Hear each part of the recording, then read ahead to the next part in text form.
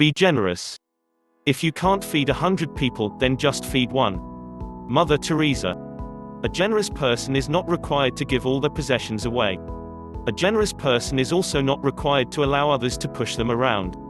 Being generous involves firstly, the readiness to give or being willing to give more than is required. Being generous takes kindness to the next level. You might be kind at heart, and often think about helping others, but unless you actually take them time to actually get the ball rolling in offering your time, energy or other resources for the benefit of another individual, you have not truly mastered the art of being generous. Generosity moves us to give of ourselves willingly, and expect nothing in return. Wondering how giving away? I know you should be wondering how giving away your assets can help you live a better life. The truth is that many often regard generosity as one of the keys to being truly happy in this miserable world. In fact, many medical practitioners will attest to the fact that being generous is also very good for your health. In fact, here are some of the proven benefits of giving generously. Reduced stress, lessening the likelihood of suffering from depression, increased sense of purpose, greater happiness, stronger families and marriages, less clutter, reduced risk of dementia, greater appreciation for all that you have, more likely to benefit from the generosity of others. A generous person. A generous person often seeks out opportunities to do good for others. Just think about volunteers who make their way to help out at soup kitchens every weekend. Those of us brave enough to sign up for the Peace Corps are also considered quite generous. But simply helping an elderly lady with her grocery bags, or stopping to allow a child to cross the road, can be considered generous. This kind of concern for others proves beneficial because it forces us to focus on the needs of others instead of on our own problems. Anything that minimizes the effect of our problems, whether in our relationships or even financially, will have a direct effect on our health. Being generous protects us from all the cynicism and narcissism that makes it so hard to navigate our way through this world. Encourage you. I would, however, encourage you to be cautious as you endeavor to be more generous. Be very careful of the way in which you demonstrate your generosity. Please be especially careful when being generous to members of the opposite sex. If you are already taken, and you don't want to send the wrong impression, avoid gifts or favors that are personal in nature. A personal gift is anything related to one's body. Perfume, for example, would be considered a personal gift. Please also bear in mind that your own safety may come into play when being generous. Many people have gotten robbed when asked by a seemingly homeless person to give some money. Reaching into your wallet or bag, and revealing where your cash is kept, and how much cash you have, is a bad idea, no matter how needy the person may appear to be. A safer option would be to let the person know that you will return with a gift. I would strongly suggest that you go to a secure location, one that is away from prying eyes, and package everything that you would like to donate to this individual in advance. My final word of caution is that you need to feel out the person before being too generous. Some people like spontaneity and others prefer if you first ask them if they need your help. Even the best of intentions can put you in awkward situations if they are not executed correctly.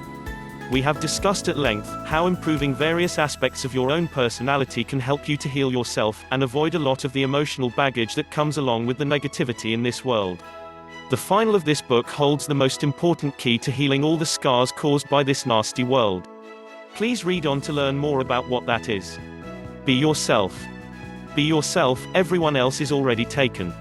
Oscar Wilde, the greatest gift you ever give is your honest self. Fred Rogers, we all need to learn to be ourselves again. This is one of the most crucial aspects of successfully navigating through this catastrophe we call life. This encouragement is in no way giving you the right to be a jerk. We have already discussed that healing ourselves from the pain caused by this world requires that we work hard to get rid of our negative traits. Traits such as being arrogant. Traits such as being arrogant, rude, dishonest and stingy have no place in your life. When we proudly walk around with these ugly habits, we are inviting all sorts of negativity into our lives. The result of that is only more pain and disappointment. That is why I encouraged you in the very first chapter to get to know yourself. This will better equip you to heal yourself by learning more about your faults. So what exactly does it mean to be yourself? It requires that you distance yourself from all the labels the world around us has imposed on us. These ugly labels come about because of the way dress or even the community we look, the way we dress or even the community we grew up in. There is no reason for us to allow the world around us to squeeze us into a mold that doesn't really represent who we are.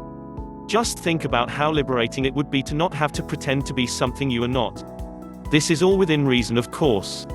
We would never want to take certain liberties that may have far-reaching effects on our personal life, and may even jeopardize our jobs. That means that you might want to hold off on anything drastic, like dyeing your hair purple and green, until you find an employer that is willing to accommodate such a choice. Here are 5 important reasons why you need to start being true to yourself. 1. You will never be able to please everyone. If you constantly allow the people around you to determine who you are, you will constantly have to change what you stand for in order to try and make everyone happy.